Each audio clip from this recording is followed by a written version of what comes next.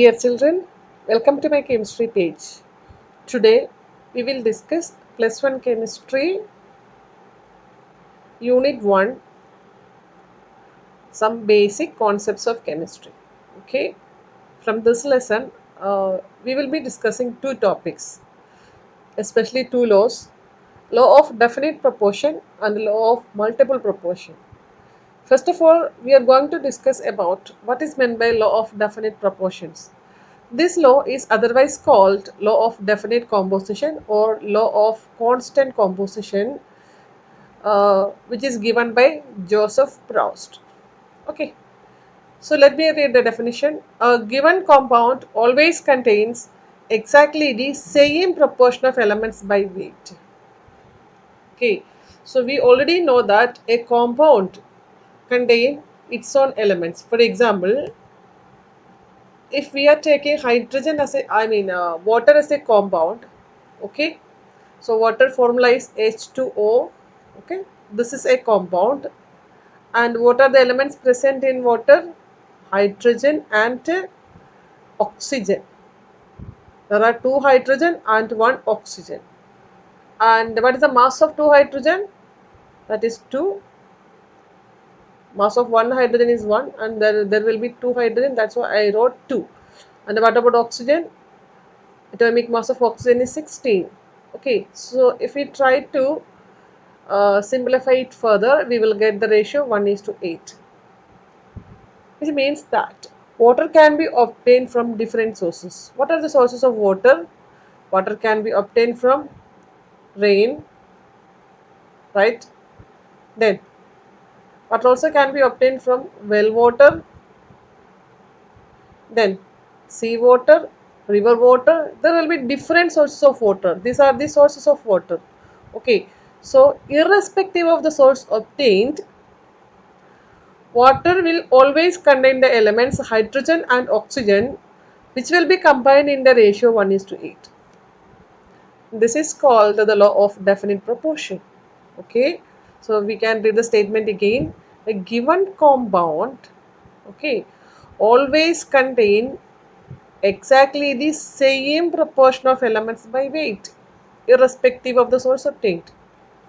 So a compound always contain same element wherever the source obtained, and these elements will be combining by same proportion. Okay, whether it will be rainwater, whether it will be, or it will be well water, or it will be sea water. Water can be obtained from any source, but the elements present in the water cannot change. It will be same hydrogen and oxygen, which will be combined in the ratio 1:8. We can take one more example. Okay, so that we can write with the carbon dioxide. Can you tell me what are the different sources of carbon dioxide? Carbon dioxide can be obtained from burning of coal or any other kinds of fuel. Okay, carbon is producing, carbon is burning, so we will get carbon dioxide. Okay, that is one of the source. Then we can obtain carbon dioxide from respiration or through some kind of chemical reactions. When two chemical substances combined, for example, burning of calcium carbonate, it will produce carbon dioxide. Okay, so there are different sources of carbon dioxide. Okay, so what are the elements of carbon dioxide? That is carbon. One carbon is combining with the two oxygen. Okay, so carbon and two oxygen we have. These are the two elements, and carbon's atomic mass is 12, and that of one oxygen's atomic mass is 16. So here we have two oxygen, so there will be 32. So when you cut this again for simplification, 6 is to 16, then 3 is to 8. So this is the ratio of carbon dioxide. So carbon dioxide can be obtained from different sources. Whatever be the source obtained, carbon dioxide always contain carbon and oxygen, which will be combining in the ratio 3:8. So this is called the law of definite proportion or constant composition or definite composition, which is given by Joseph Proust. One example which is given in the textbook is cupric carbonate. Cupric carbonate means it is copper carbonate, but its valence of copper is 2. That's why it is called a cupric carbonate.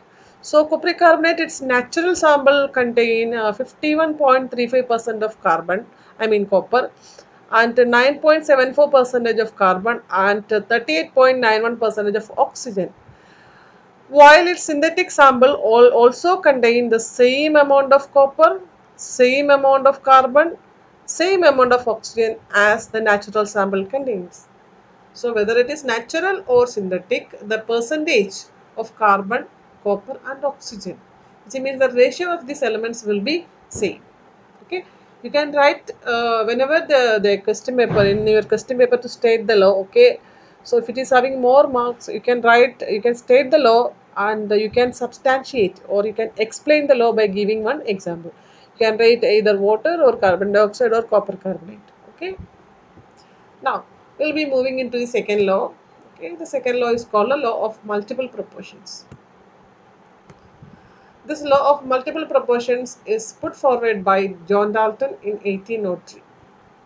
Okay, what is the statement? If two elements can combine to form more than one compound, okay, the masses of one element that combine with a fixed mass of the other element are in the ratio of small whole numbers.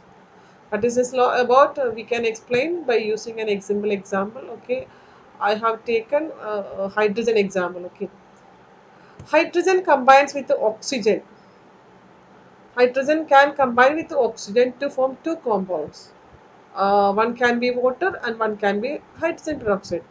So I have taken two examples from hydrogen. Okay, hydrogen and oxygen, it can form H2O, and also it can form H2O2. This H2O2 is called hydrogen peroxide. In water, we know there are two hydrogen, and in a hydrogen peroxide H2O2 there will be two hydrogen atoms. Okay, so in both the cases hydrogen mass is constant. Okay, look at this formula: hydrogen plus oxygen will give you water, and there are two hydrogen, that's why it's written 2 gram. Okay, H2 plus O2 giving H2O. So in hydrogen peroxide there is always hydrogen and oxygen, and it forms hydrogen peroxide. Okay, so again the hydrogen mass is constant. So in both the cases hydrogen is constant, the mass of hydrogen is constant. So this is the fixed mass. Okay, fixed mass, hydrogen mass is constant in both the cases, that's why it's called a fixed mass.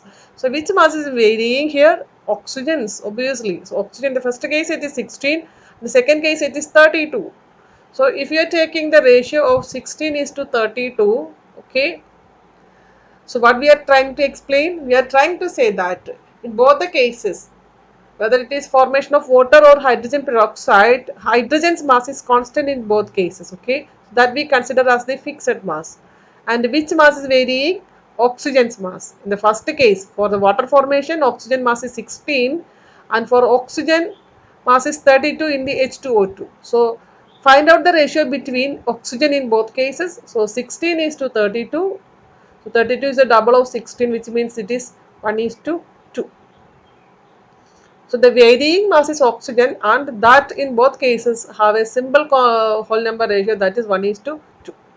So mass of oxygen 16 in the first case, 32 in the second case, which combined with a fixed mass of hydrogen bear a simple whole number ratio, and this is called the law of multiple proportion.